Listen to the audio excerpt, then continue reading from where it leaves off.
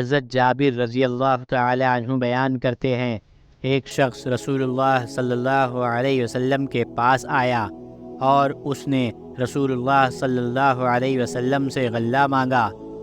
آپ صلی اللہ علیہ وسلم نے اسے آدھا وسق یعنی تقریباً 1 کوئنٹل جو مرحمت فرمائی، تو وہ شخص اور اس کی بیوی اور اس کے مہمان اس میں سے سالہ سال کھاتے رہے، یہاں تک کہ ایک دن اسے ناپ لیا تو وہ برکت ختم ہو گئی۔ اس کے بعد رسول اللہ صلی اللہ علیہ وسلم کی خدمت میں آئے تو رسول اللہ صلی اللہ علیہ وسلم نے فرمایا، اگر تم نہ ناپتے تو ہمیشہ کھاتے رہتے اور وہ تم سب کے لیے کافی ہوتا۔